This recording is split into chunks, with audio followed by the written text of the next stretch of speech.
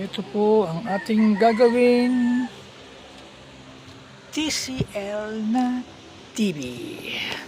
Tingnan natin kung anong problema niya. Ayun, ang problema niya. No display with backlight. Yan po ang ating gagawin, mga kamagic. Yan po ang ating model 50P727 na TCL. Ayan po ang board ng ating re-referent TCL na 50, no display with backlight.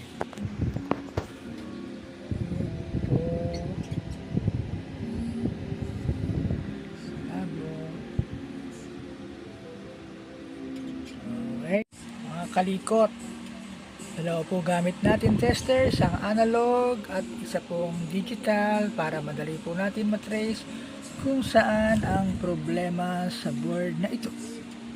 Okay, tinanggal po natin ito para makita natin kung saan ang may problema, sa kaliwa o kung sa kanan.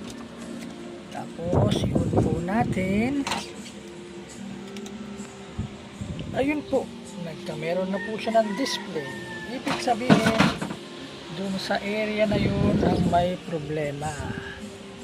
Kaya dito po tayo magko-concentrate sa linya na yan. Okay, meron naman siyang voltahe, BGL niya.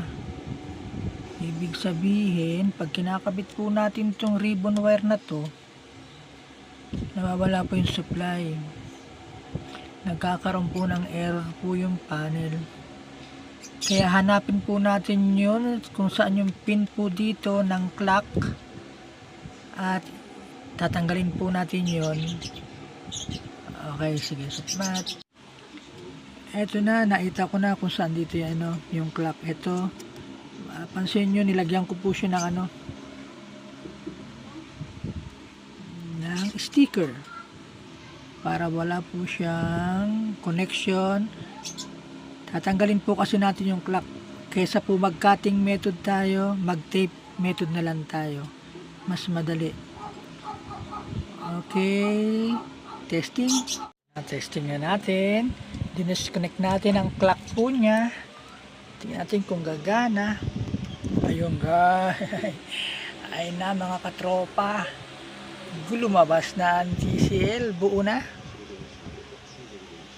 Ayan na po siya. Tingnan natin kung may mga flicker. Hindi naman siya nagbi-blinking. Okay na siya, mga kalikot. Ginamitan na naman po natin siya ng pinagbabawal na technique. Ayan po, at nagana naman po siya. Obserbahan na lang natin.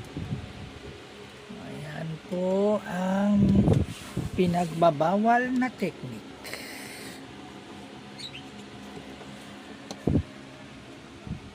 Ayan po.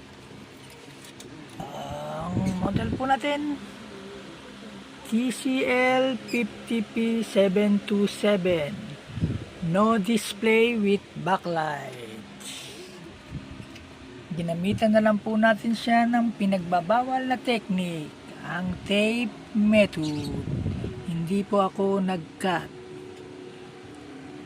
Dinisconnect ko lang po ang clock signal dahil meron naman po tayong voltahe sa BGL niya. Pababa. Okay, pwede na. Okay na siya mga katutok. Ginamitan ng pinagbabawal na technique.